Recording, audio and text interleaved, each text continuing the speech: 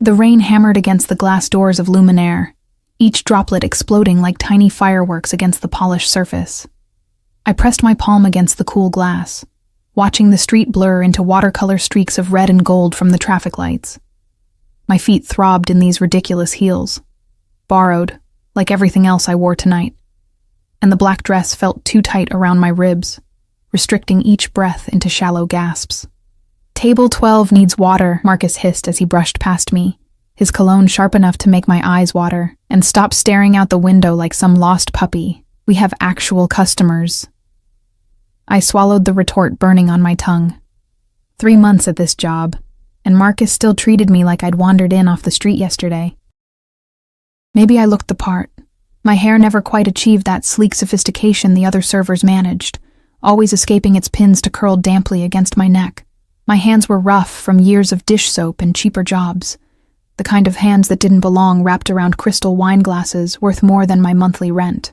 The restaurant hummed with quiet conversations, the clink of silverware against bone china, the whisper of expensive fabric as women shifted in their seats. Everything here cost more than I could fathom. The butter probably cost more than my groceries for a week. I'd learned to move through this world like a ghost, invisible unless someone needed their glass refilled or their plate cleared away. I grabbed the water pitcher, its weight familiar in my aching hands, and wove between tables toward number 12. The couple there barely glanced at me as I poured, too engrossed in their own conversation about summer homes in the Hamptons. I might as well have been furniture. The front door opened, bringing with it a gust of wind that sent goosebumps racing up my bare arms. I turned, pitcher still in hand, and felt the air shift. He entered like he owned not just the restaurant, but the entire city block. Water dripped from his dark hair, running down a face that could have been carved from marble, all sharp angles and dangerous beauty. His suit was black, perfectly tailored to shoulders that seemed too broad for the doorway, but it wasn't his appearance that made my breath catch. It was the way everyone else in the room subtly stiffened, the way conversations died just a fraction before resuming at a lower volume. 2 men flanked him, built like walls in matching dark suits, their eyes constantly scanning the room. The host, Pierre, who never smiled at staff, practically bowed as he approached. I should have looked away, should have continued with my work, invisible as always, but something held me frozen as those eyes, dark, fathomless, dangerous, swept across the restaurant and landed on me. The pitcher slipped. I lunged for it, catching it before it crashed, but water sloshed over the rim, splashing across my hands and onto the floor. Ice cubes skittered across the polished hardwood like scattered diamonds. My heart hammered against my ribs as I crouched, trying to gather the ice with trembling fingers. "I'm so sorry," I whispered to the couple at table 12, though they'd already turned away in annoyance. Heat crawled up my neck, burning my cheeks. Of course I'd make a scene the one night someone like him walked in. I felt him before I saw him. The air grew heavier, charged with something electric that made the fine hairs on my arms stand at attention.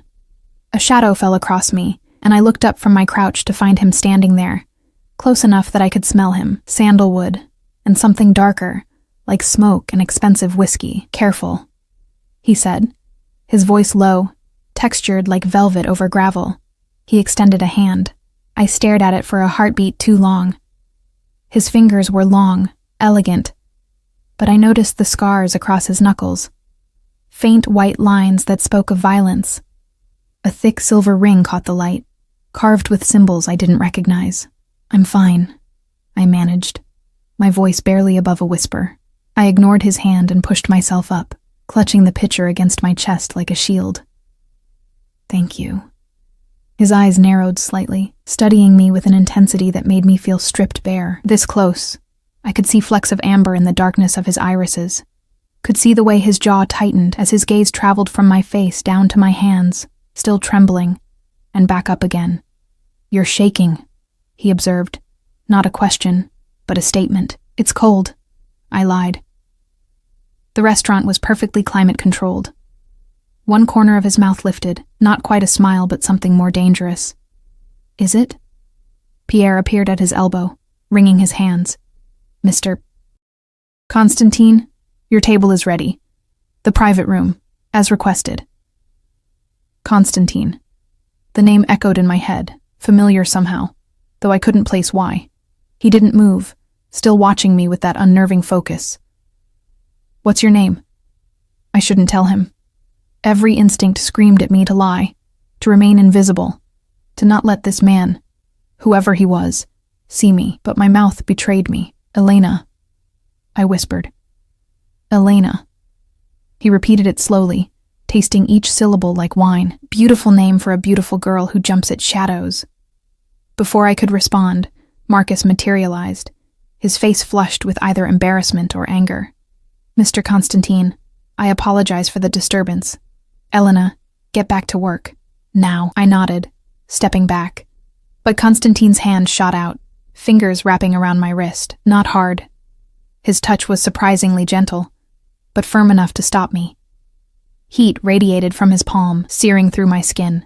"She stays," Constantine said quietly, his eyes never leaving mine. "I want her serving my table tonight." Marcus sputtered. "Sir, Elena is still in training. Perhaps one of our more experienced. I don't recall asking for suggestions." Constantine's voice remained soft, almost pleasant. But something in it made Marcus take an involuntary step backward. "Elena will serve my table, unless there's a problem?" "No, sir. No problem at all." Marcus shot me a look that promised a lecture later. "Elena, attend to Mr. Constantine's party, private room 3. Constantine finally released my wrist, and I resisted the urge to rub the spot where his fingers had been. I could still feel the imprint of his touch, burning like a brand. "Come," he said, turning toward the back of the restaurant. His guards fell into step behind him, boxing me in. I had no choice but to follow, my heels clicking against the floor like a countdown. The private room was all dark wood and leather, a fireplace crackling in the corner despite the warm evening. A single table sat in the center, set for 4. Constantine gestured for me to enter first, and I felt his presence behind me, solid and overwhelming. "Just you tonight, sir?" I asked, trying to keep my voice steady as I moved to pour water into the glasses. "For now." He shrugged off his jacket, revealing a white shirt that clung to his frame. When he rolled up his sleeves, I caught glimpses of more scars, these ones longer, angrier. "Tell me, Elena, how long have you worked here?" 3 months. I set down the water pitcher, pulling out my notepad. "Can I start you with something to drink?" "You're nervous." Again, not a question. My fingers tightened around the notepad. "I'm fine, sir." "Dmitri," he said to one of his guards, "wait outside. Both of you." The men exchanged glances but obeyed without argument, closing the door behind them with a soft click. And then we were alone. The silence stretched between us, heavy and suffocating. Constantine settled into his chair, leaning back with predatory grace, and gestured to the seat across from him. "Sit." "I can't, I'm working." "Sit, Elena." Softer this time, but somehow more commanding. My legs obeyed before my brain could protest, and I found myself perched on the edge of the leather chair, every muscle tense. This was wrong. Everything about this situation screamed danger, yet I couldn't make myself leave. He studied me in the firelight, shadows playing across his features. "You're afraid of me. Should I be?" That almost smile again. "Most people are." "I don't know who you are," I admitted, though some part of me suspected I didn't want to know. "Good." He leaned forward, elbows on the table, close enough that I could see the faint stubble along his jaw, could smell that intoxicating scent of sandalwood and danger. "Keep it that way. But understand this. I'm not most people you serve, and you—" He paused, his gaze traveling over my face like a physical touch. "You're not like the others out there. Are you? I'm just a server. You're lying." He said it matter-of-factly, without accusation. "You don't belong in a place like this." "Your hands—" He reached across the table, and I should have pulled away, should have stood up and walked out, but I sat frozen as his fingers traced the calluses on my palm. These hands have worked hard, honest work, not serving overpriced wine to people who wouldn't notice if it was vinegar. Heat flooded through me at his touch, and I yanked my hand back. "What do you want?" "Right now?" His eyes darkened, and something in them made my pulse race. "I want you to stop trembling like I'm going to hurt you. I want you to look at me without that fear in your eyes. I want—" He stopped himself, jaw clenching. I want my dinner. Can you manage that, Elena? I nodded, not trusting my voice, and stood on shaking legs. As I moved toward the door, his voice stopped me. And Elena? I turned back. He was standing now too, outlined by the firelight, looking every inch the dangerous predator I'd sensed the moment he walked in. If you provoke me like that again, looking at me with those eyes, trembling under my touch, I won't be responsible for what happens next. Understood? I fled. My heart didn't stop racing until I reached the kitchen, pressing my back against the cool wall, trying to catch my breath. What had just happened? Who was he? And why did every cell in my body scream at me to run while simultaneously pulling me back toward that private room?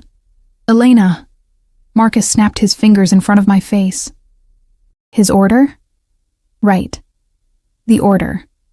I'd forgotten to take his order. I'll go back, I said, straightening my dress with trembling hands.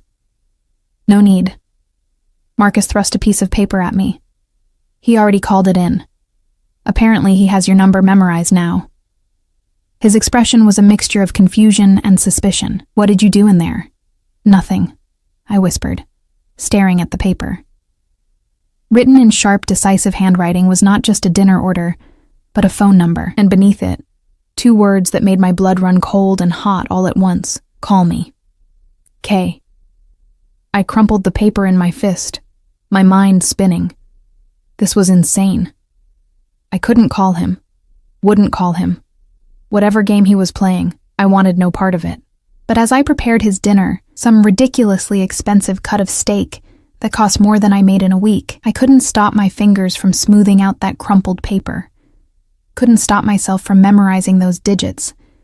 Couldn't stop wondering what would happen if I did call. When I brought his meal to the private room, flanked by his silent guards, he was on the phone, speaking in a language I didn't recognize. Russian, maybe? His tone was harsh, commanding, nothing like the velvet soft voice he'd used with me. He ended the call as I entered, his expression smoothing into something almost pleasant. Almost. Your steak, sir, I said, setting the plate before him with hands that were almost steady now. Stay while I eat. I have other tables. They can wait. He cut into the meat, and I watched, mesmerized despite myself, as he brought the fork to his lips. Sit, Elena, please. That please undid me. I sat. We didn't speak as he ate, but the silence was different now, less suffocating, more anticipatory. I watched him in the flickering firelight, cataloging details. The way his fingers gripped the knife, the flex of muscle in his forearm, the occasional glance he'd cast my way through dark lashes. You didn't call me a liar, I said suddenly, the words escaping before I could stop them. He paused, fork halfway to his mouth. About what? When I said I was just a server, you said I was lying, but you didn't call me a liar. There's a difference. That dangerous smile bloomed fully this time, transforming his face from merely handsome to absolutely devastating. Smart girl. There is a difference. He set down his silverware, giving me his full attention. Tell me the truth then. What are you really, Elena? Broke, I answered honestly. Desperate, trying to survive in a city that eats people like me for breakfast. People like you. People with nothing. His expression darkened. You think you have nothing? I know I have nothing. He was moving before I could blink, coming around the table, pulling me to my feet. His hands gripped my shoulders, not gentle now but firm, demanding. You have yourself, your pride, your strength. I see it in you, even if you don't. His thumbs traced circles against my collarbone through the thin fabric of my dress, and I shivered. Don't ever say you're nothing again. Do you understand me? I should have been terrified, should have pushed him away, but something in his fierce intensity, in the way he looked at me like I mattered, like I was more than invisible, made me nod. Say it, he commanded. I understand. Good. But he didn't release me. If anything, his grip tightened, and his eyes dropped to my lips. You have no idea what you do to me, do you? Walking around, thinking you're invisible, when you're the only thing I've seen since I walked through that door. Mr. Constantine. Alexei, he corrected, his voice rough. My name is Alexei. Alexei, I breathed, and watched his eyes darken at the sound of his name on my lips. I need to go. Whatever this is, it can't happen. Why not? Because you're... I trailed off, not even knowing how to finish that sentence. Because you're dangerous? Because you're clearly someone powerful, and I'm nobody? Because every instinct tells me you'll destroy me? Because I'm what, Elena? His hand came up, fingers tangling in my hair, forcing me to look at him. Say it. Because you scare me, I whispered truthfully. Something flickered in his eyes. Satisfaction? Regret? Good. You should be scared. Because I'm not a good man, Elena. I'm not the kind of man girls like you should talk to, let alone let touch them. His thumb brushed across my lower lip and I gasped. But I'm also not a man who walks away from what he wants. And I want you. The door burst open.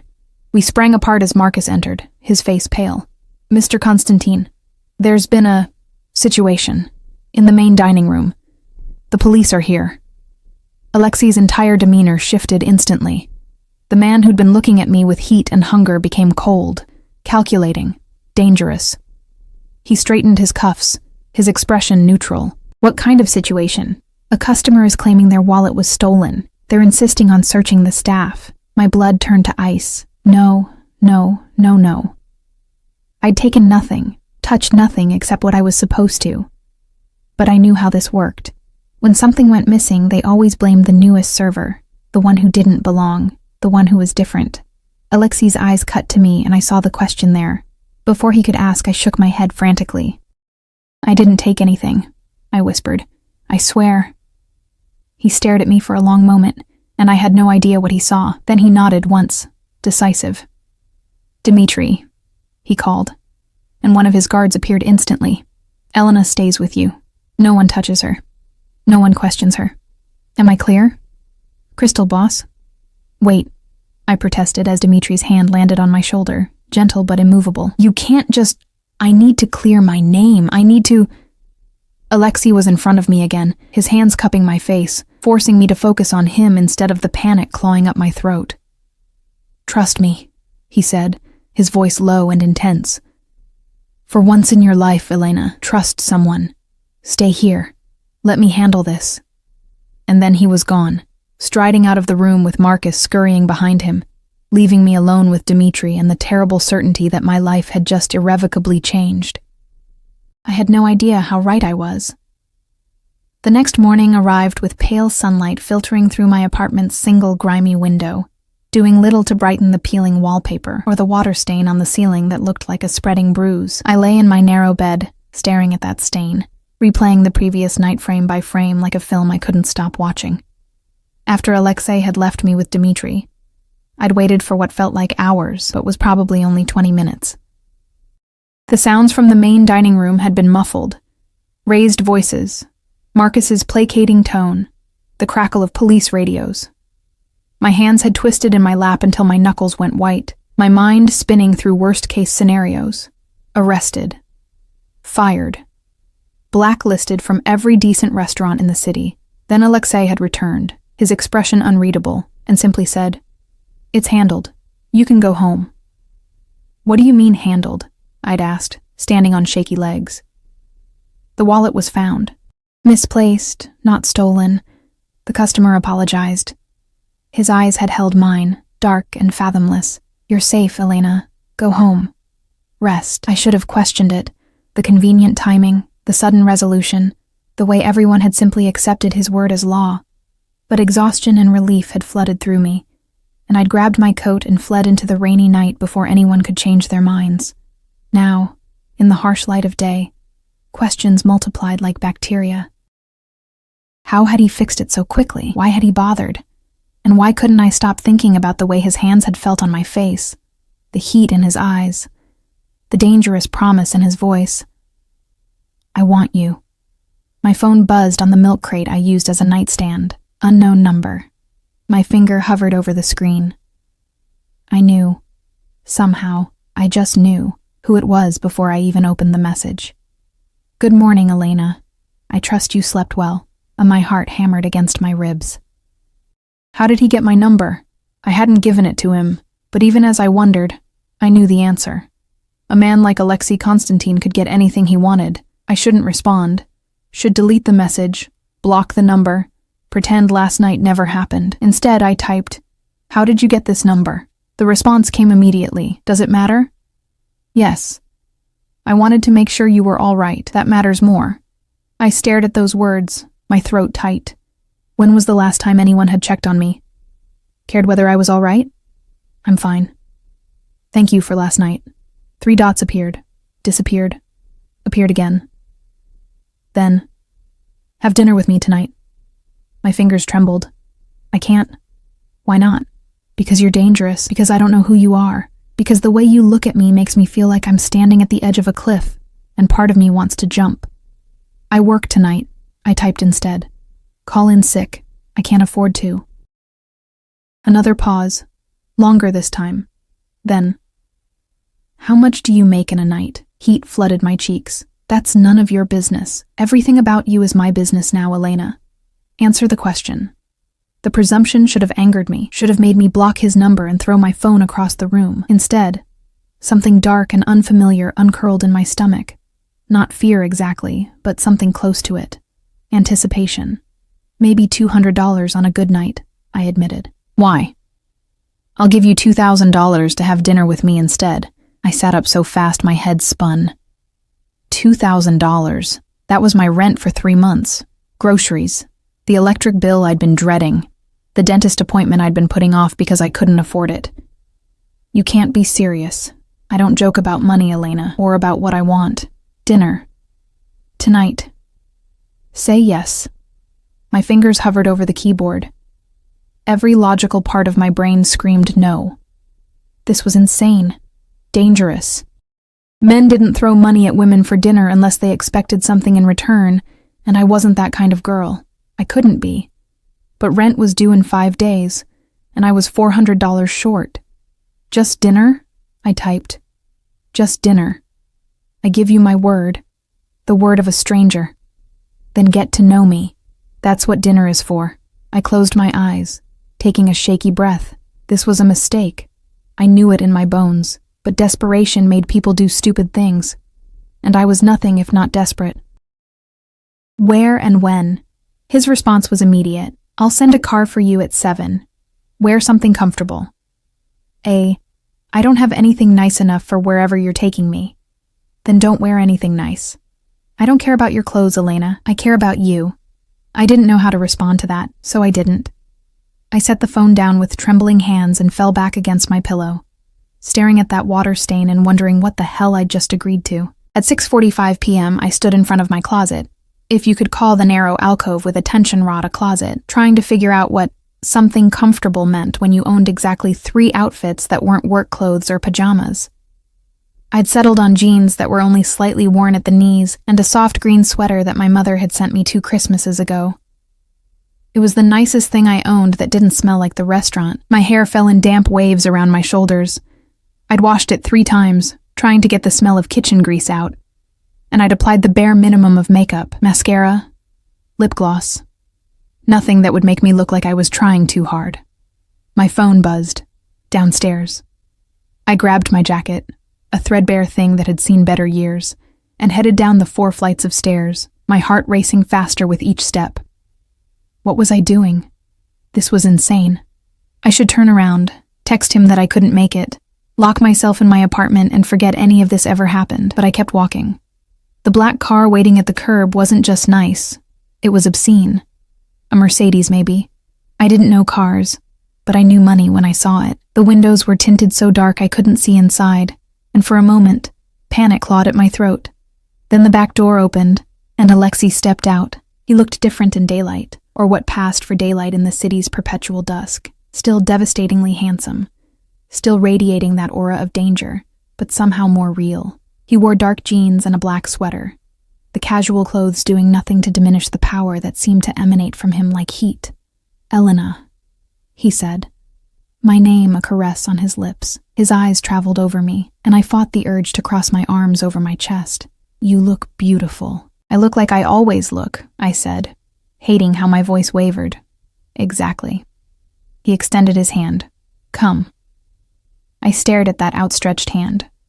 Those scarred knuckles, that silver ring catching the streetlight. Taking it felt like signing a contract I hadn't read, but I took it anyway, letting him help me into the car. The interior was all black leather and polished wood, smelling of expensive cologne and something else.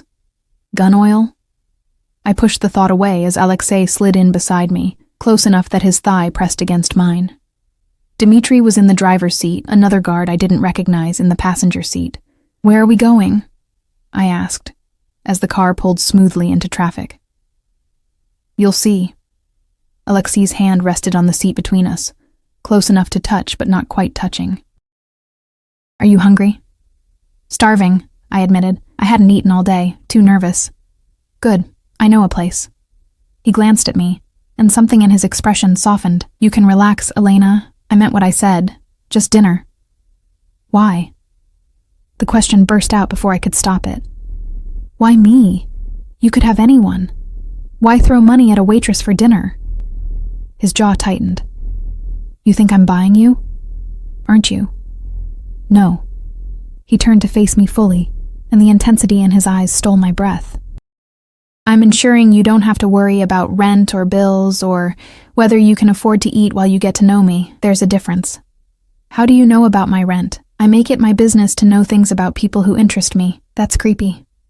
That's practical." He didn't look away, didn't apologize. "I'm not a good man, Elena. I told you that. But I'm honest about what I want, and I take care of what's mine. I'm not yours.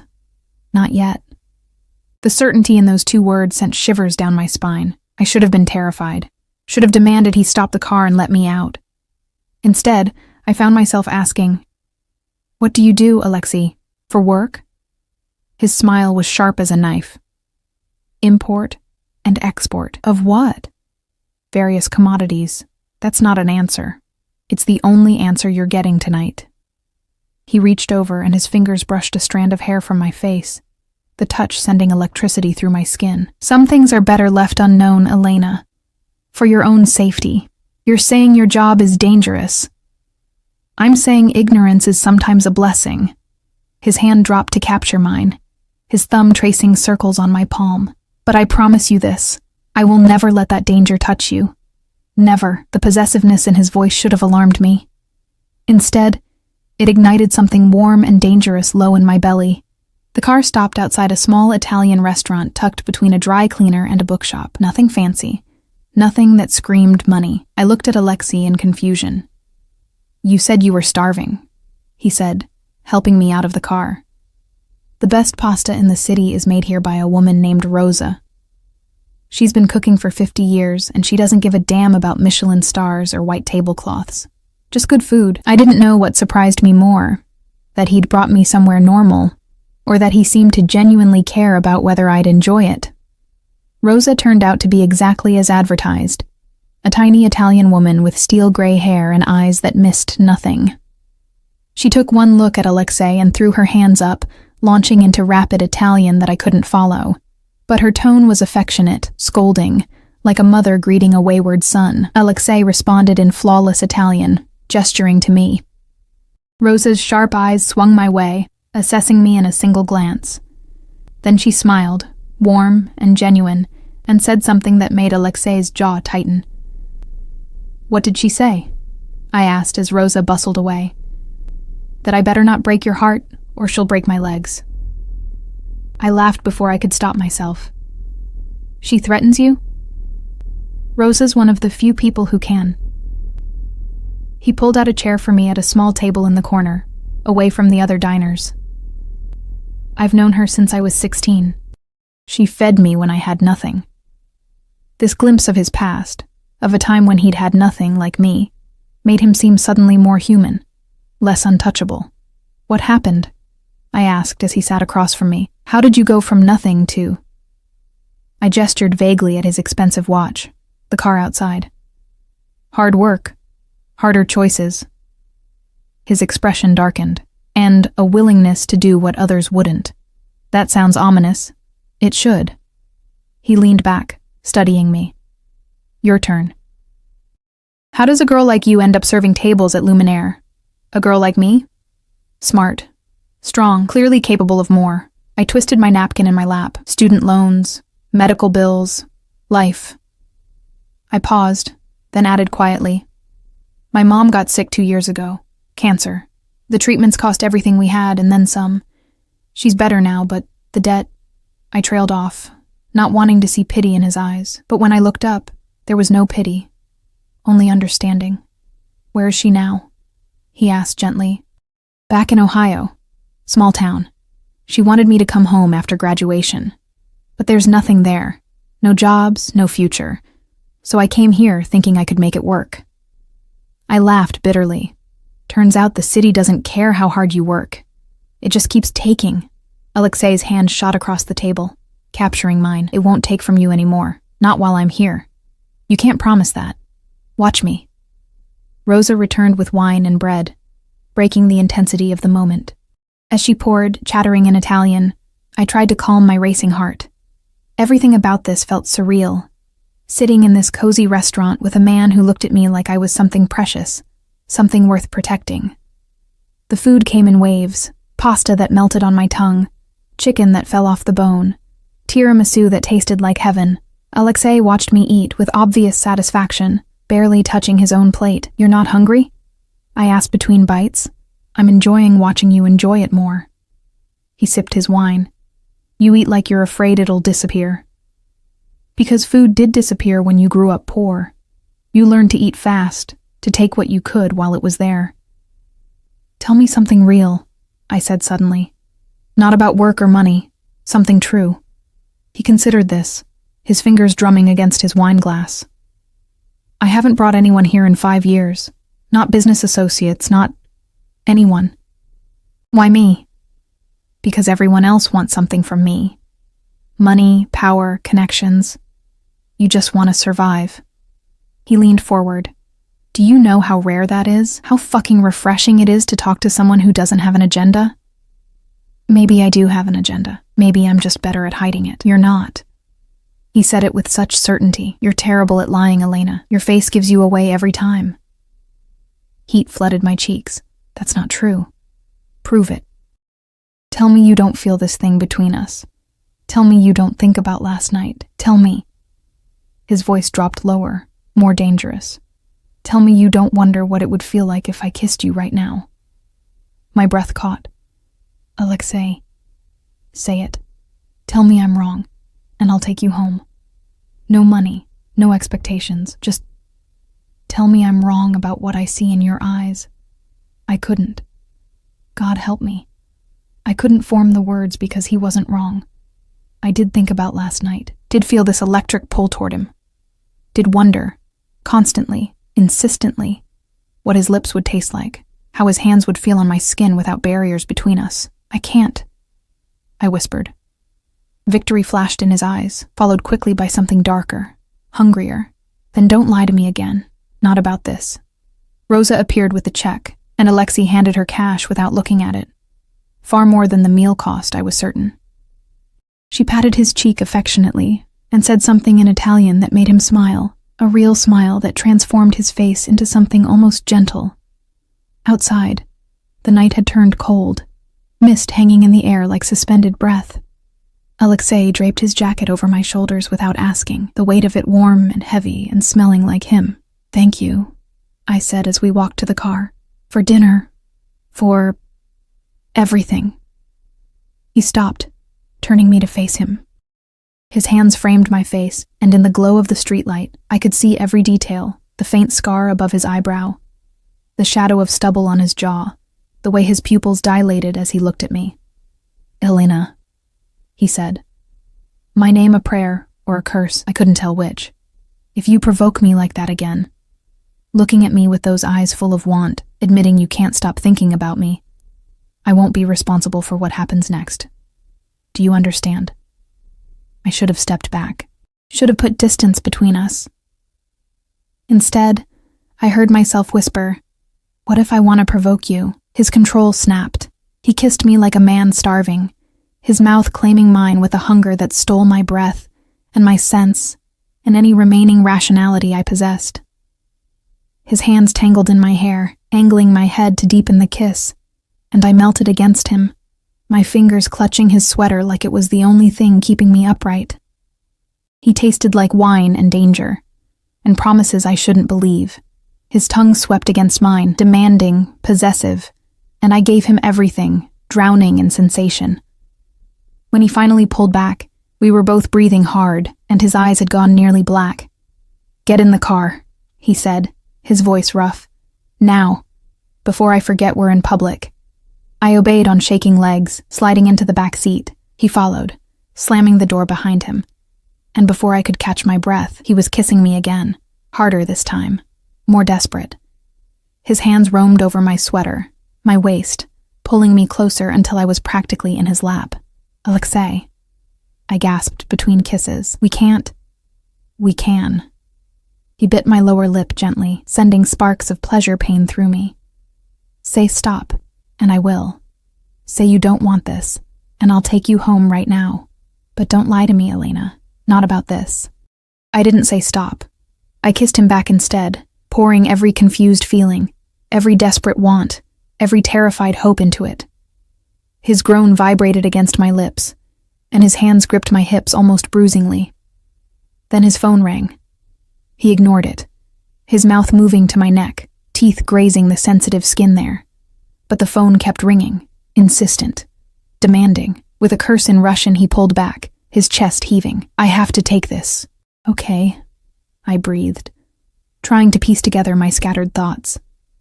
He answered in Russian, his tone sharp, all business. I watched his expression change from frustrated to cold to absolutely murderous. When he hung up, the man looking at me was different from the one who'd been kissing me moments before. Harder, dangerous, utterly in control.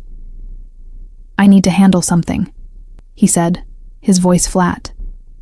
"Dmitri will take you home." "What's wrong?" "Nothing you need to worry about," but his jaw was clenched, and I could see the violence simmering beneath his skin. "Stay inside tonight. Lock your door. Don't open it for anyone." Fear spiked through me. "Alexei, you're scaring me." He cupped my face, forcing me to meet his eyes. "Good. Be scared, be careful, and trust that I will handle this." He kissed me once more, hard and fast. "I'll see you tomorrow." Then he was gone, striding into the night with his guards flanking him, leaving me alone in the car with Dmitri and a growing sense of dread. As we drove through the city streets, I caught Dmitri's eyes in the rearview mirror. "Is he in danger?" I asked quietly. Dmitri's expression didn't change. "Boss can handle himself, miss. You just do what he said. Lock your door. Stay inside." "That's not an answer. It's the only answer I can give you." When we reached my building, Dmitri walked me to my door despite my protests, his eyes scanning every shadow. "Lock it," he reminded me. "And if anything feels wrong, you call this number." He handed me a card with a phone number scrawled on it. "Someone will answer. Always." I locked myself inside and leaned against the door, my lips still swollen from Alexei's kisses, my heart still racing. I touched my fingers to my mouth, remembering the taste of him, the feel of his hands on my body. What had I gotten myself into? My phone buzzed. A text from Alexei. "Sleep well, Elena. Dream of me." And God help me, I knew I would. 3 days passed without a word from Alexei. 3 days of checking my phone obsessively, jumping every time it buzzed, only to find spam messages or shift notifications from the restaurant. 3 days of lying awake at night, replaying that kiss in the back of the car, the way his hands had felt on my body, the dark promise in his eyes before that phone call had shattered everything. 3 days of wondering if I'd imagined the whole thing. I went to work at Luminaire with my stomach in knots, half expecting him to walk through that door again. But he never did. Marcus treated me with wary suspicion, as if I'd somehow contaminated the restaurant by association. The other servers whispered when they thought I couldn't hear, speculation running wild about who the mysterious man had been and what he'd wanted with me. I said nothing. What could I say? I didn't even know what he was to me. A stranger who'd bought me dinner? A dangerous man who'd kissed me senseless and then vanished? Someone who'd told me to lock my door and stay safe without explaining why?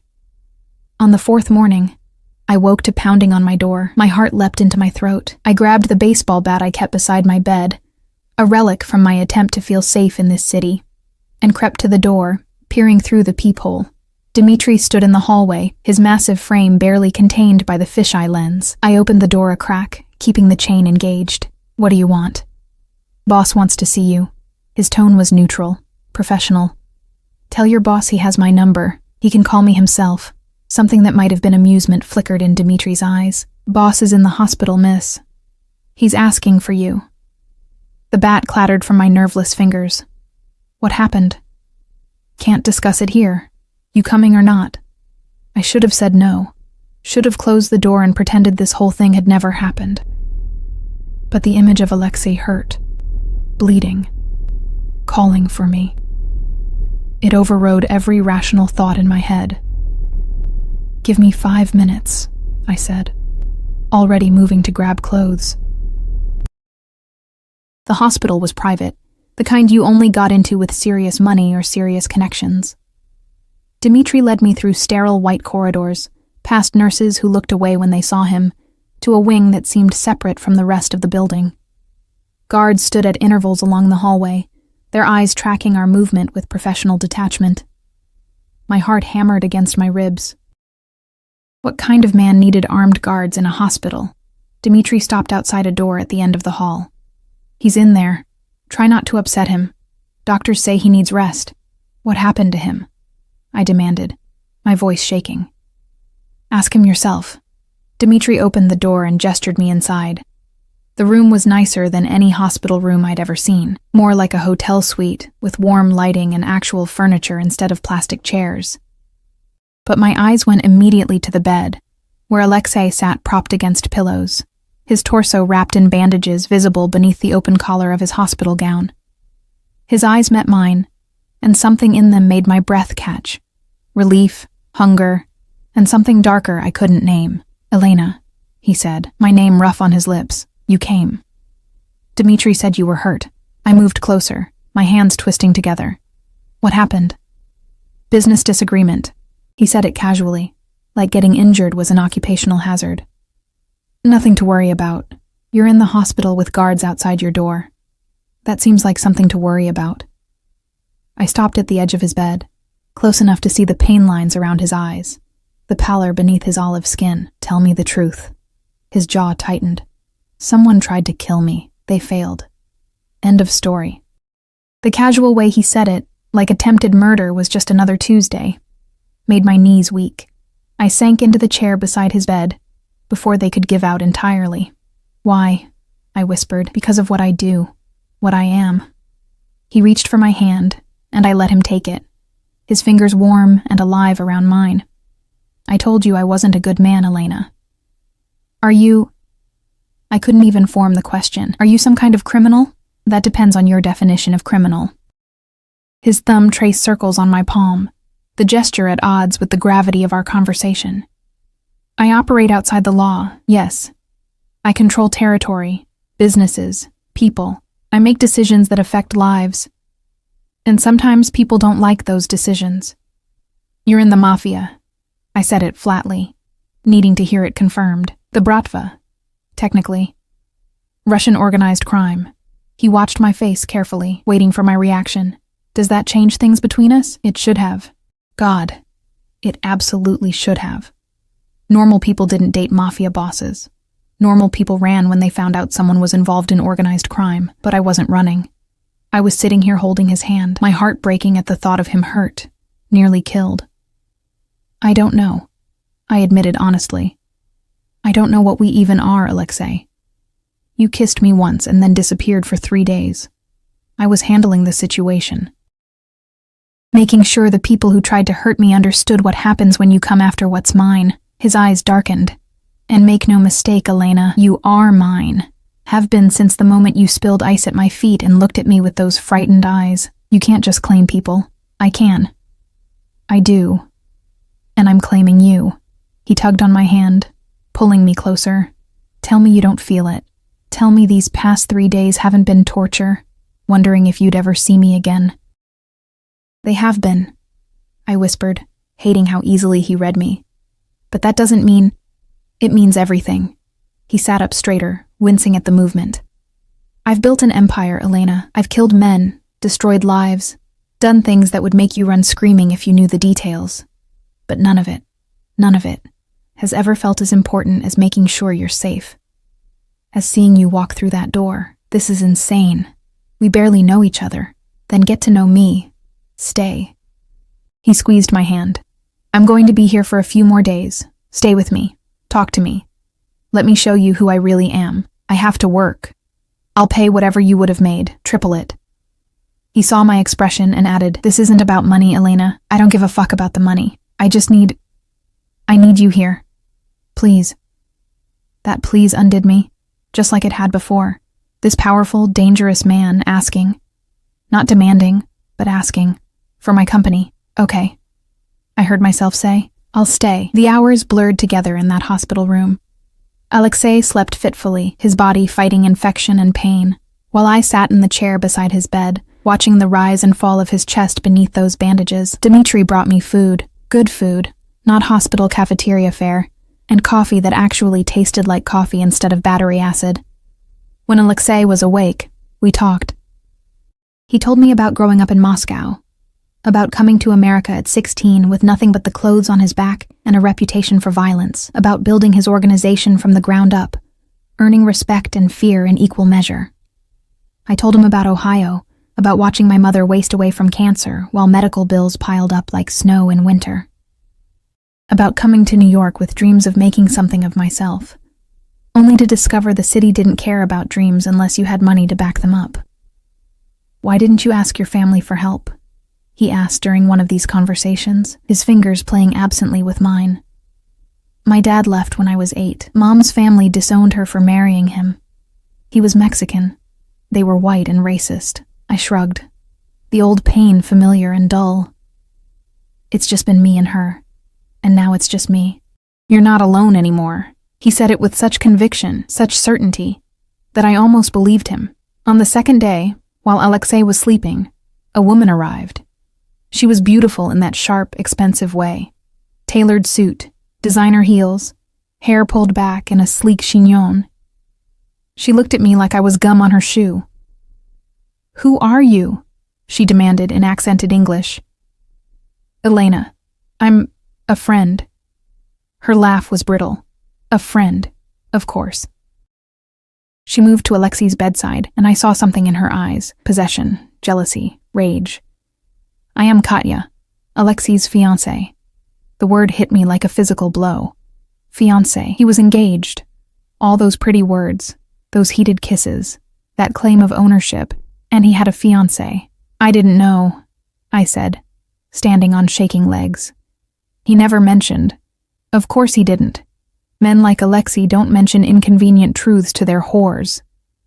The slap of that word made me flinch. I'm not. No, Katya's smile was vicious. Then why are you here? What exactly do you think you are to him? Katya.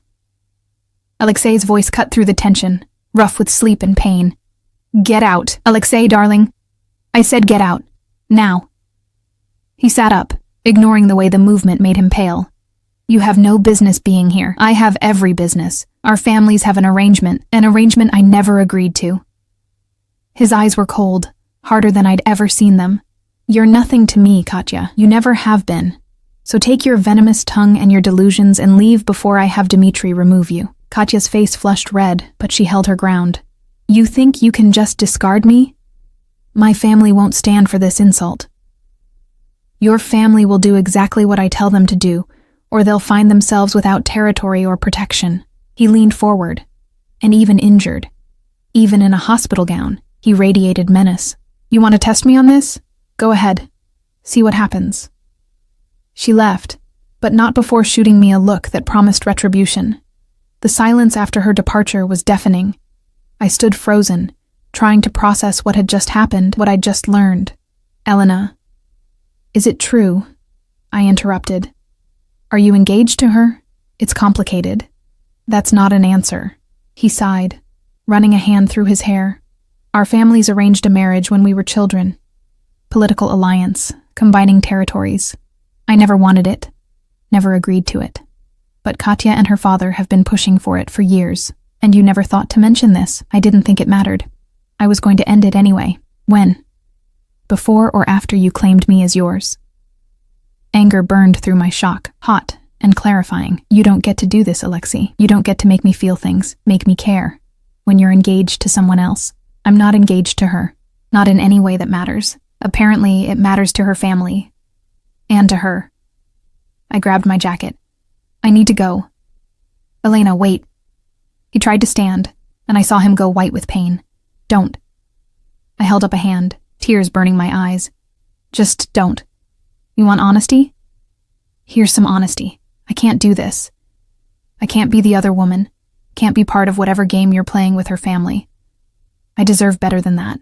You do. You deserve everything. He was breathing hard, his hand pressed to his bandaged ribs. Which is why I'm ending it with Katya, why I'm willing to risk war with her family to be with you. You don't even know me. I know enough. His eyes burned into mine. I know you're loyal, brave, stronger than you think you are. I know you eat like food might disappear. That you work yourself to exhaustion for people who don't appreciate you, that you sent every spare dollar to your mother even when you could barely afford to eat. I know. His voice cracked. I know I've never wanted anything the way I want you. And I know I'll burn the whole fucking city down before I let anyone take you from me. The intensity of it terrified me, the possessiveness, the obsession, the absolute certainty in his voice. That's not love, I whispered. That's ownership? Obsession? He nodded. Maybe. But it's also protection, devotion, a promise that you'll never be alone, never be hungry, never be invisible again. Isn't that worth something? At what cost? Whatever it takes. I should have run, should have walked out that door and never looked back. But something in his eyes, something raw and desperate and achingly vulnerable, held me frozen. I need time, I said finally. To think. To figure out what I want. Take all the time you need. He settled back against the pillows, exhaustion and pain catching up with him. But know this, Elena. I'm not giving up on you. On us. I don't care how long it takes. I'll wait. And I'll make sure you're safe while you decide. I don't need your protection. You have it anyway. His eyes were already closing, the conversation draining what little strength he had. Whether you want it or not. I left the hospital in a daze, my mind spinning. Dmitri was waiting by the car, his expression unreadable. Take me home, I said. Boss said to make sure you have everything you need. Food, money, security. I don't want his money. The words came out sharper than intended. I just want to go home. Dmitri studied me for a long moment. He cares about you, miss. More than I've seen him care about anything in 10 years. He has a funny way of showing it. Boss doesn't do things halfway. When he commits to something, someone, it's absolute. Total. Some people find that comforting. Others find it terrifying. He opened the car door. Question is, which one are you? I didn't have an answer. The drive home was silent. When we pulled up to my building, Dmitri handed me a phone. Expensive, new, nothing like my cracked piece of garbage. Boss wanted you to have this. His number's programmed in, so is mine, and a few others. You need anything at all, you call. I can't accept this. You can. You will. His tone left no room for argument. And Miss Elena, the men who came after Boss, they knew things, personal things, like where he goes, who he cares about. His eyes met mine in the rearview mirror. Be careful. Lock your doors. Don't trust strangers. And if you see anything suspicious, you call immediately. Understand? Ice flooded my veins. Are you saying I'm in danger? I'm saying people who want to hurt Boss will look for weak points. And you... He didn't finish the sentence. He didn't have to. I was the weak point, the vulnerability in Alexei's armor. I practically ran into my building, my heart racing. Inside my apartment, I locked every lock, checked every window, then sank onto my bed with the new phone in my trembling hands. One message waited, sent hours ago. I meant what I said. You're mine to protect, whether you accept it or not. Sleep well, Elena. I'll be watching over you. The message should have creeped me out, should have sent me running to the police. Instead, I clutched the phone to my chest and tried not to think about how safe those words made me feel, how wanted, how seen, how utterly, completely screwed I was. The call came at 3 a.m, 6 days after I'd walked out of that hospital room. I'd been dreaming, Fitful, fractured dreams of Alexei's hands on my skin, of Katya's venomous smile, of shadows with knives closing in. The phone's shrill ring yanked me into wakefulness, my heart already racing before I was fully conscious. Dimitri's name flashed on the screen. Hello? My voice was rough with sleep and fear. Miss Elena, I need you to listen carefully and do exactly what I say. Dimitri's tone was urgent, clipped. Get dressed. Pack a bag, just essentials. You have 5 minutes. Ice flooded my veins. What's happening? Katya's family made a move. They know about you. They're coming. Background noise on his end, shouting, what might have been gunfire. I'm sending someone to get you. His name is Victor. Big guy, scar on his left cheek. Don't open the door for anyone else, do you understand? Dimitri, 5 minutes, Elena, move. He hung up. I moved. My hands shook as I threw clothes into my backpack. Jeans, sweaters, underwear, my mother's photograph. The essentials. My entire life fit into one bag. And wasn't that pathetic? 23 years on this planet, and I could pack everything that mattered in 5 minutes. Pounding on the door made me jump, my heart slamming against my ribs. Elena Morales, a deep voice, accented. I'm Victor. Dimitri sent me. We need to go. Now, I peered through the peephole. A mountain of a man stood in the hallway, a wicked scar bisecting his left cheek. He held up his phone, showing me a text from the number I recognized as Dimitri's. Victor. Trust him. I opened the door. Good girl.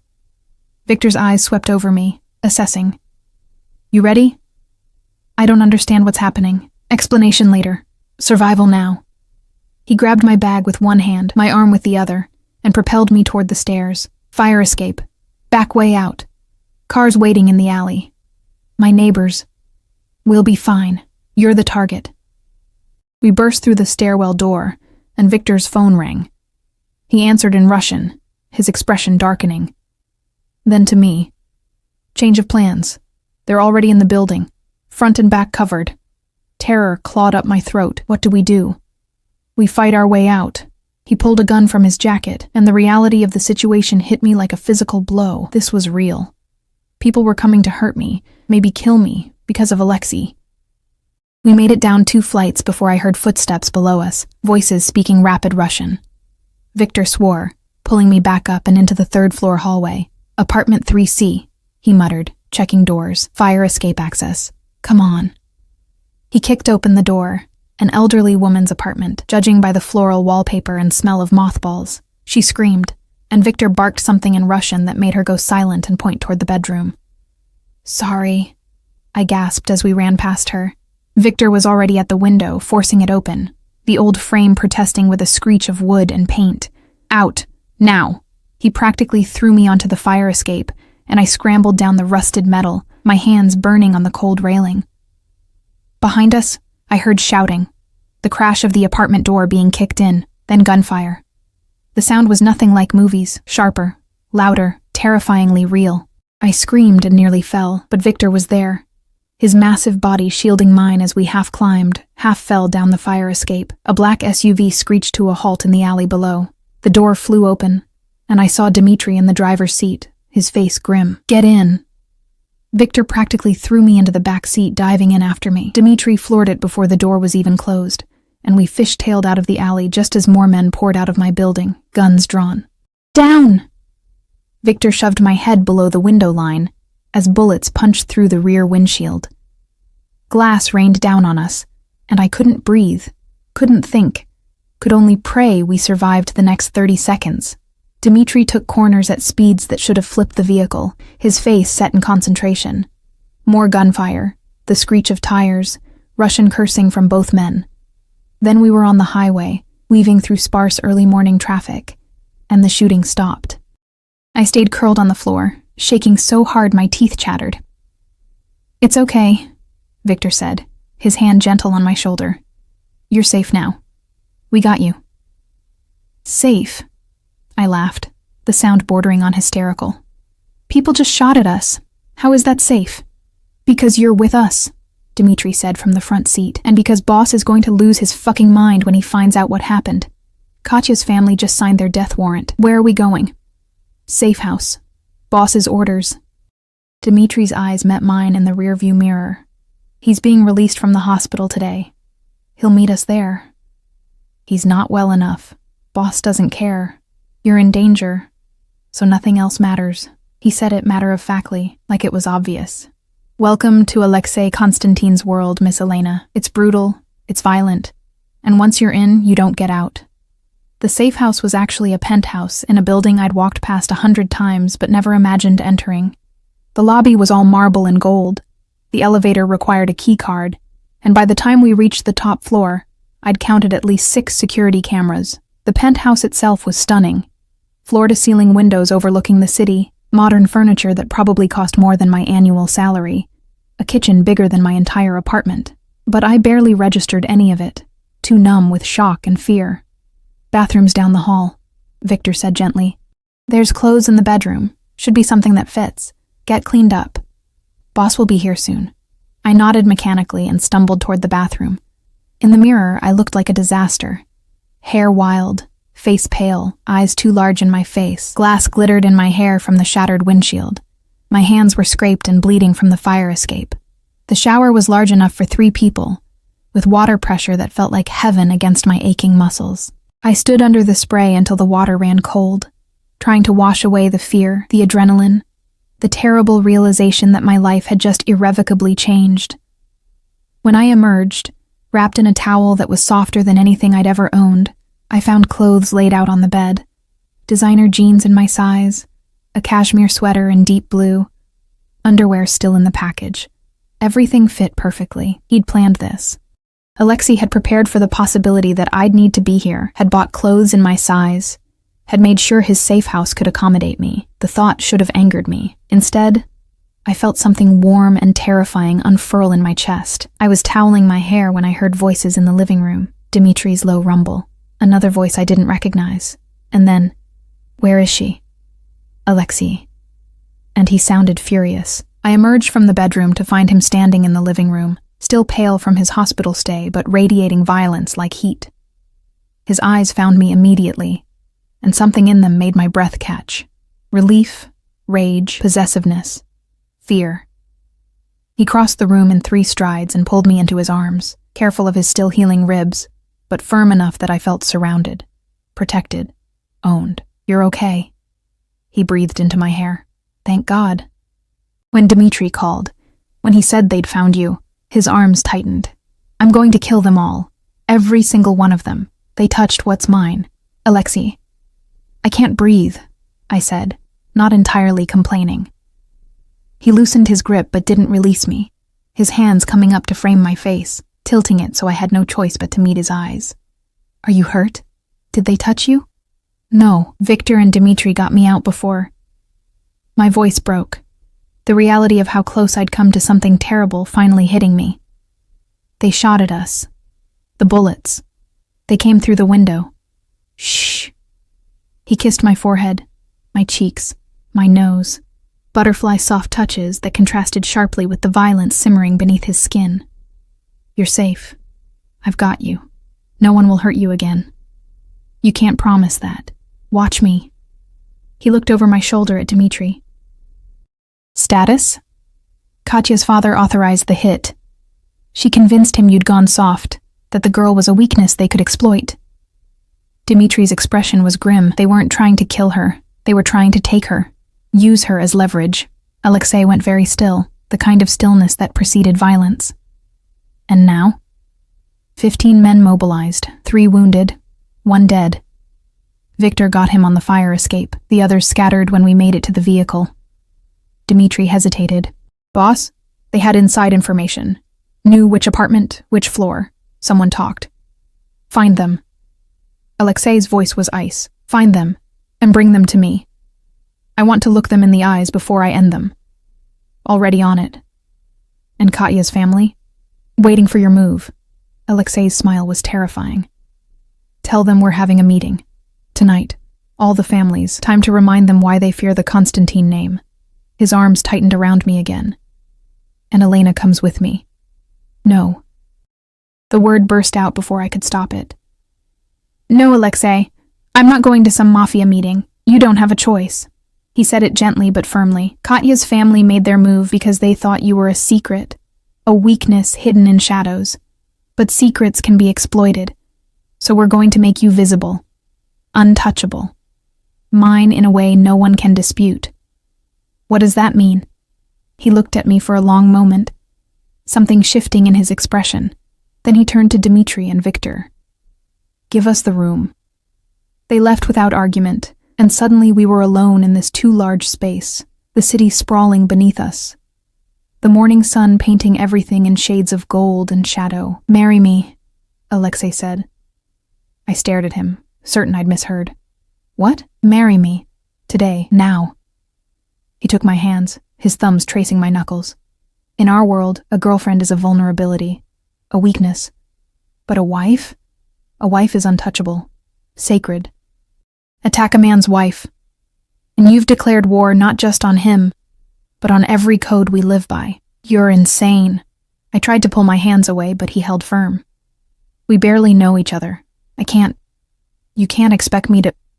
I expect nothing. I'm asking. He dropped to one knee, and the gesture was so unexpected, so incongruous with everything I knew about him, that I forgot how to breathe. I know I'm not a good man. I know I've brought nothing but danger into your life. I know you should run as far from me as possible. His eyes met mine, and I saw something raw there, something vulnerable. But I also know I'll never feel about anyone the way I feel about you. And I know that if I let you go, if I send you back to your life, they'll keep coming. They'll hurt you to get to me, and I can't... His voice cracked. I can't survive that, Elena. I can't survive the thought of you in danger because of me. So I marry you and what? Become a target for life? You become protected for life. Feared. No one touches you without answering to me and every ally I have. He squeezed my hands. I'm not asking for love. Not yet. I'm asking for trust. For time. For a chance to keep you safe while you figure out if what you feel for me is worth the danger. And if I say no, pain flashed across his face. Then I put you on a plane to somewhere they'll never find you. New identity. New life. Enough money to start over. And I go to war with Katya's family knowing I've already lost the only thing that mattered. The choice he was offering wasn't really a choice at all. Stay and marry him, or run and spend the rest of my life looking over my shoulder, wondering if Katya's family would ever stop looking for me. But there was a third option he wasn't saying.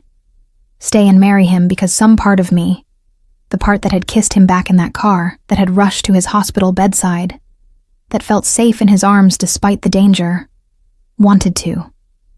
This is crazy, I whispered. I know, we've known each other less than 2 weeks. I know. You're a criminal. You've killed people. I know. He stood, still holding my hands, bringing them to his lips.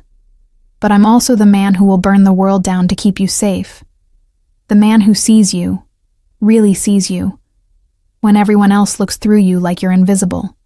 The man who wants to give you everything you've ever been denied. He kissed my knuckles, his eyes never leaving mine. Marry me, Elena. Let me protect you. And if you decide you can't live in my world, if you want out, I'll let you go. But at least give me the chance to prove I'm worth staying for. And I thought about my apartment with its water-stained ceiling and broken dreams. About serving people who didn't see me, working myself to exhaustion for tips that barely covered rent. About my mother in Ohio, alone, still struggling with medical debt.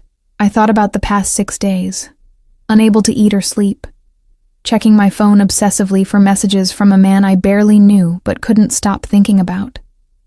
I thought about the way he looked at me, like I was precious, important, seen. Okay, I heard myself say. I'll marry you. The smile that broke across his face was stunning in its genuine joy. He pulled me close, kissing me with a desperation that spoke of relief and hunger, and promises I wasn't sure he could keep, but God help me. I wanted to believe he could. We'll do it right, he murmured against my lips. Not some courthouse quickie, a real wedding. Small, just us and witnesses, but real. You'll have a dress, flowers, everything you deserve. Alexei, let me give this to you, Elena. Let me do this one thing right. His hands tangled in my damp hair. And tonight, when I walk into that meeting with you on my arm, wearing my ring, they'll understand. You're not just mine. You're a Constantine. And anyone who touches a Constantine dies screaming. The possessiveness in his voice should have terrified me. Instead, it made me feel like maybe, for the first time in my life, I belonged somewhere, to someone. Even if that someone was a monster. 4 hours later, I stood in a boutique I'd never be able to afford, staring at my reflection in a floor-length mirror. The dress was simple.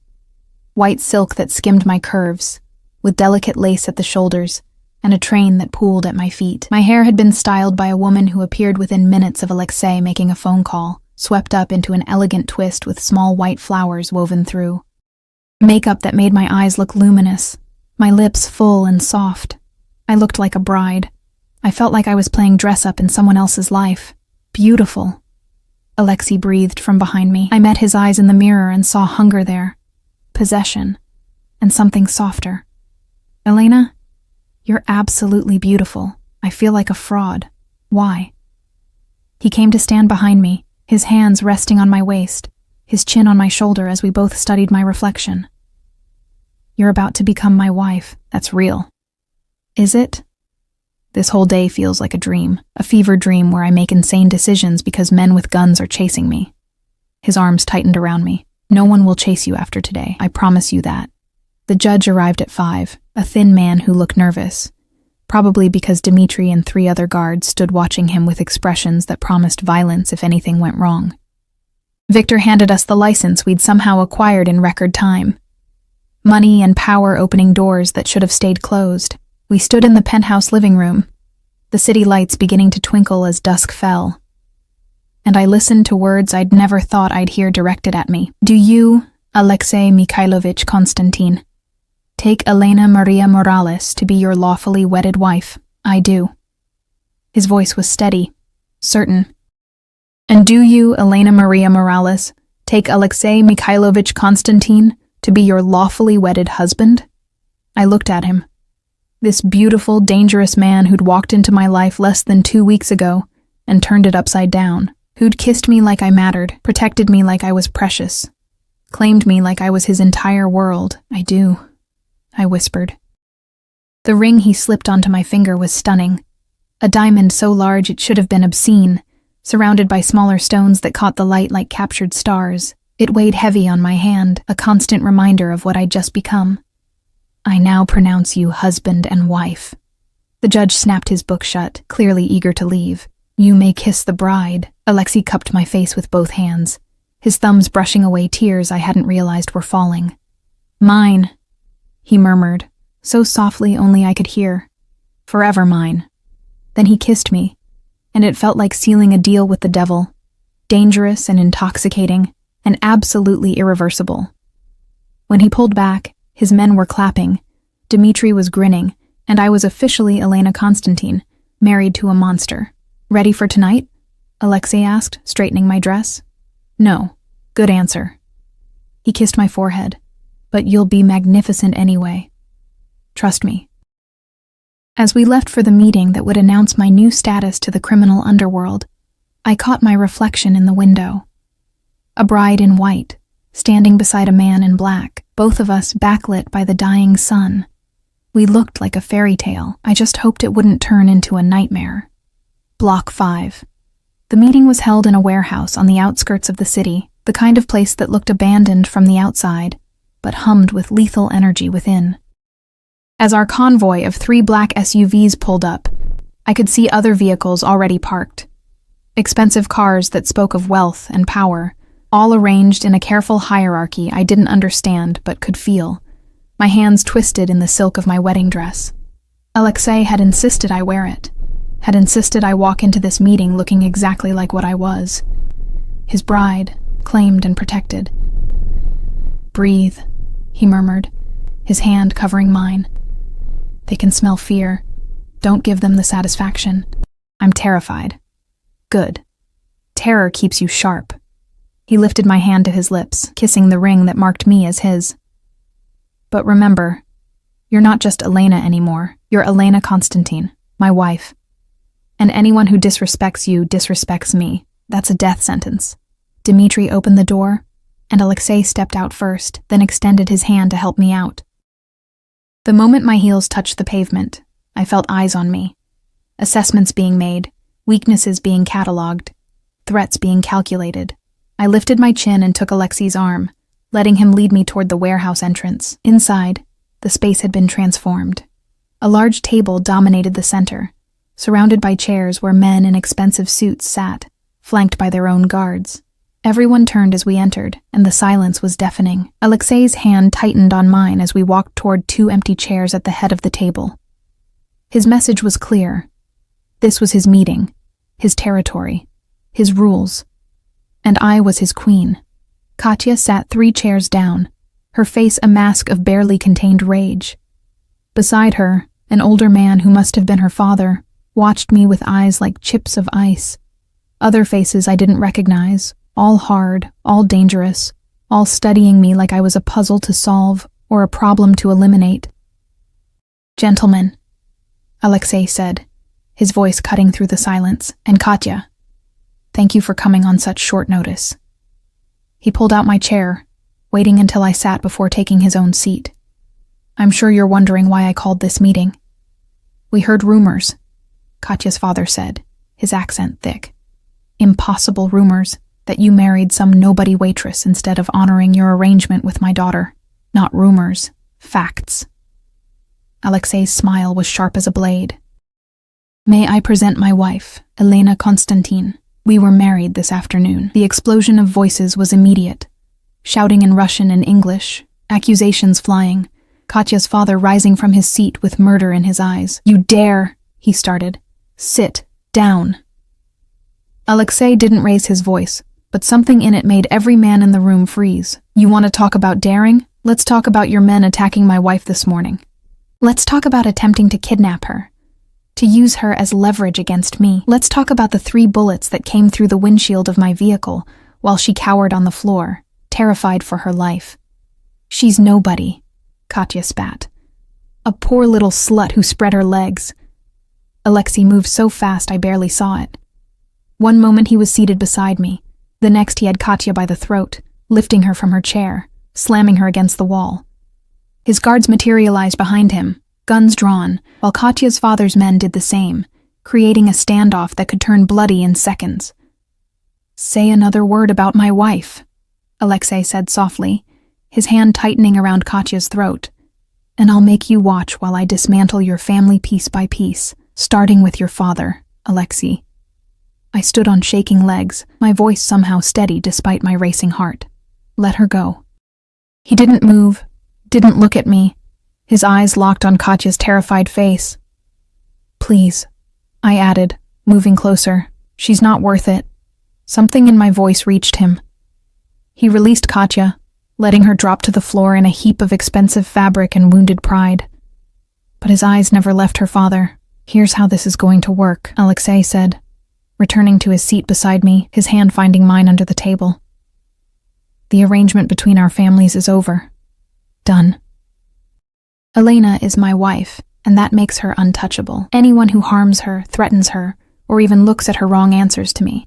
And you all know what that means. The council won't stand for this," another man said. "You can't just discard agreements." "I am. And if the council has a problem with it, they can take it up with me directly." Alexei leaned back, radiating casual menace. "Or would you like to test me on this? See if I'm bluffing?" Silence. No one wanted to test Alexei Constantine. "As for this morning's attack," Alexei continued, his tone conversational, "I've identified the men involved. They're being dealt with as we speak. But I'm a reasonable man, so I'll give you a choice, Yuri." He addressed Katya's father directly. "You can acknowledge that the attack was unauthorized, a rogue operation by your daughter's overzealous supporters, publicly apologize, pay reparations, and we move forward with peace between our families. Or," Yuri's jaw was clenched so tight I could see the muscles jumping, "or we go to war, and I promise you, you'll lose. Your territories, your businesses, your daughter, everything you've built will burn." Alexei's smile was cold. "Your choice. But decide quickly. My patience is running thin." The calculation in Yuri's eyes was obvious.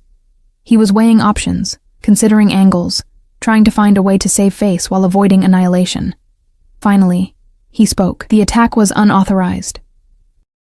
My daughter acted without my knowledge or consent. He shot Katya a look that promised consequences.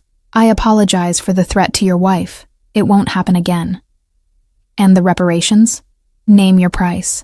3 territories, your waterfront holdings, and your word that Katya will leave the city. Permanently. You can't... Katya started, but her father's raised hand silenced her. Agreed, Yuri said, each word seeming to cost him.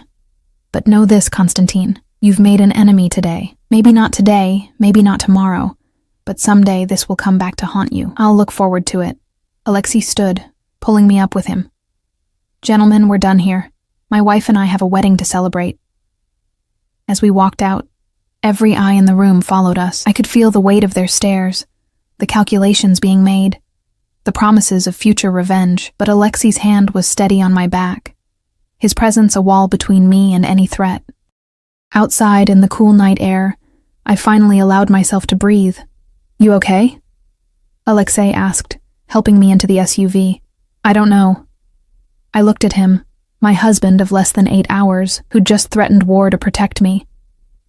Did that really just happen? Did you just restructure your entire criminal organization because of me? Yes. Why? He cupped my face, his eyes intense in the dim light. Because you're mine.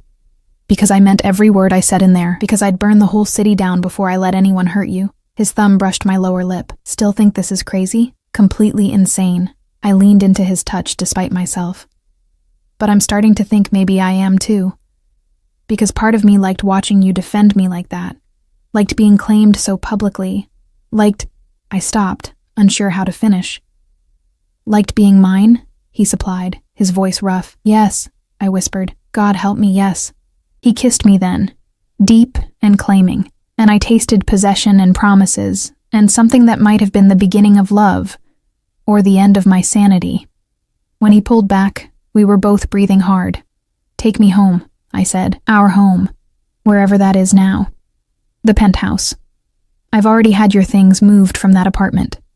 He saw my expression and added, what few things there were. I want you to have more, Elena, everything, anything you want. I just want to feel safe, then that's what I'll give you. He pulled me against his side as the SUV pulled away from the warehouse. Starting tonight. The penthouse felt different now, less like a safe house and more like home. Alexei carried me over the threshold despite my protests, setting me down gently in the living room. Tradition, he explained at my questioning look. We may have done everything backward and insane, but some things should be done right. And what happens now? I asked, suddenly nervous. We were married, alone, and I had no idea what he expected from me. Now?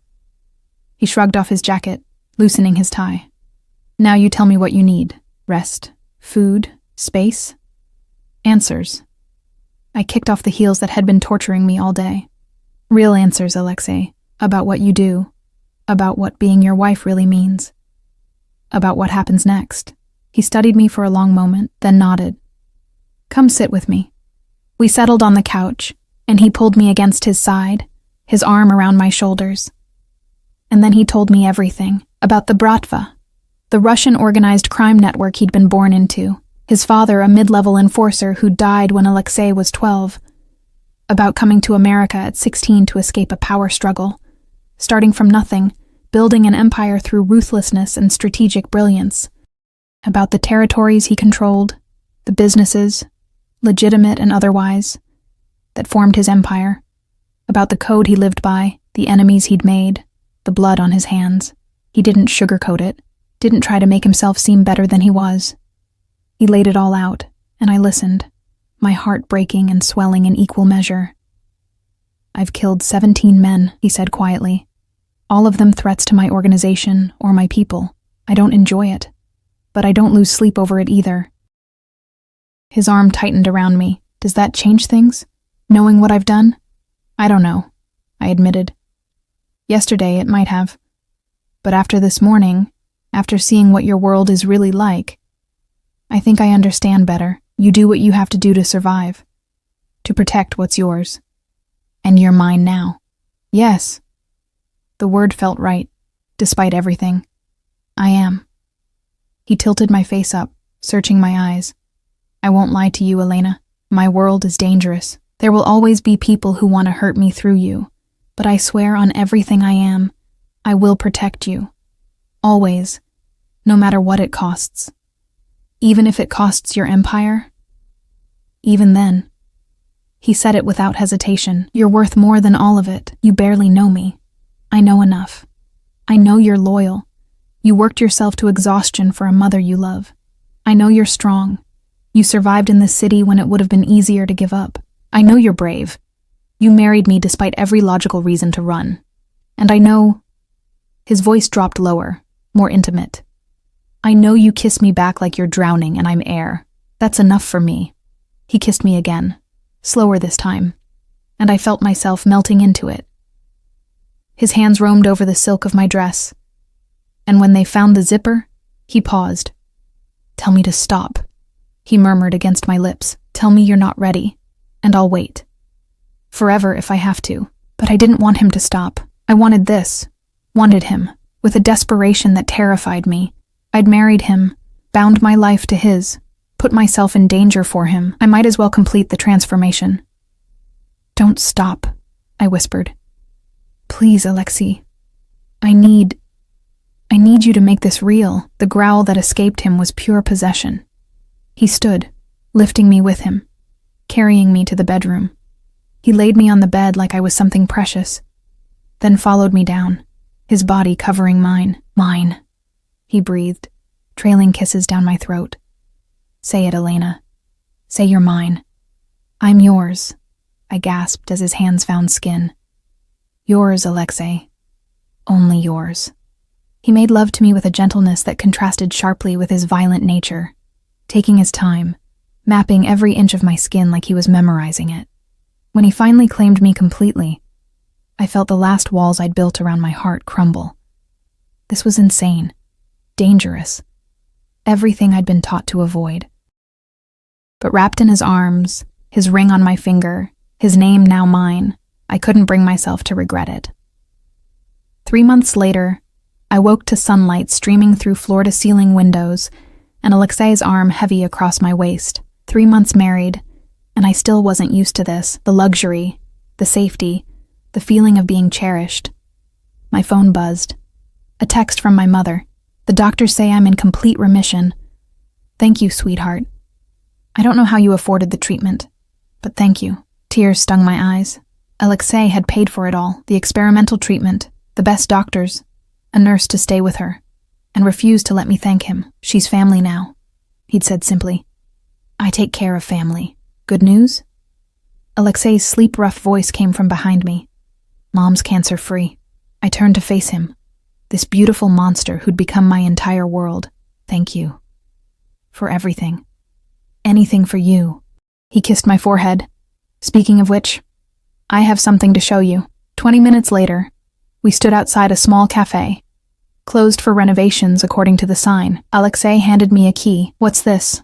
I asked. Yours, if you want it. He gestured to the space. I know you hate feeling useless. Hate being just the wife. So this is yours, to run however you want. A cafe, a bookstore, whatever makes you happy. Fully funded, completely legitimate. Your name on the deed. I stared at him, overwhelmed. You bought me a building? I bought you a future. Options. Independence within safety. He pulled me close.